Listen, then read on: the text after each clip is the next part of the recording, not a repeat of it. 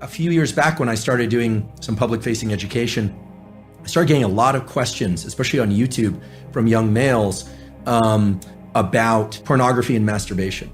And this becomes very relevant here. We have to remember that this dopaminergic system is generalizable to many different behaviors, right? Academic pursuits, sports pursuits, relationship pursuits, but fundamentally it's tacked into the adaptive survival behaviors, and every species, including ours, has at least two major motivations, which is to protect its young and to make more of itself, to make more young at some level. One of the absolutely pathologic situations for any animal or human is to be able to access repeated dopamine surges without effort or any pursuit that's self-directed, or that's directed, I should say. So for instance, cocaine, a drug which potently increases dopamine, or methamphetamine, which potently increases methamphetamine, but doesn't require any sort of adaptive action pursuit except to acquire the drug and spend money on it. No sacrifice. So essentially what ends up happening is the circuit that gets rewarded is only the drug-seeking behavior, and no other behavior will give the kind of potent dopamine release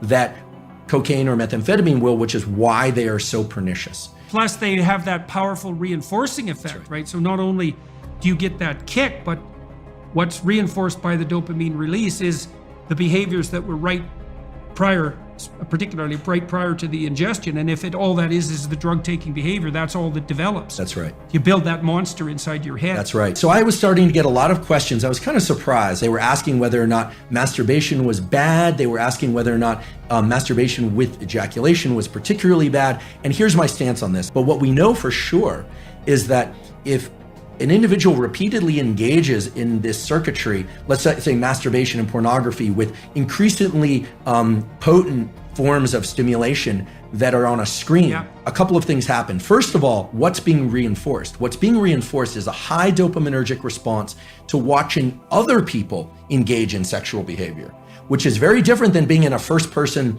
sexual experience. Okay, so right there, you know that what's being reinforced is not actually any kind of improvement in communication skills. It's voyeurism. As these questions started to come in more and more, I started to realize there was a lot of kind of undertones of people talking about fear of or experience with sexual dysfunction that clearly pornography can lead to. And here I'm specifically talking about males. So, and then you start to think about, okay, what happens in the cascade or the arc of sexual arousal and orgasm? What happens is that initially there's it's parasympathetically dominant, meaning if somebody is too stressed, they actually can't engage in sexual behavior. The arousal response doesn't occur.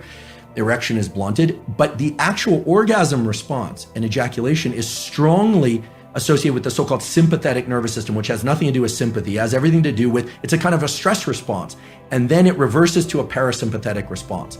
And a hormone called prolactin increases dramatically after ejaculation in males. What does that do? That blunts dopamine release and testosterone for a very long period of time, which makes sense if pair bonding and sort of, in our species anywhere, there's this idea that then other molecules would be exchanged with partners, pair bonding, potential for raising mates, etc. The point is this: masturbation and pornography are potently tapping into the dopamine system and can undermine the very processes of which I consider healthy processes of finding a mate, dating, communication, eventually, if it's appropriate, sexual interaction, etc. Like it's undermining pair bonding. And pair bonding. So here's a question: if you're seeking sexual release through pornography and you go through the whole cycle and you get a prolactin release, do you bond with yourself? The biology explains it as what's left there is a kind of an open loop, a kind of an emptiness, right? Because bonding with the self is a complicated notion, but in the absence of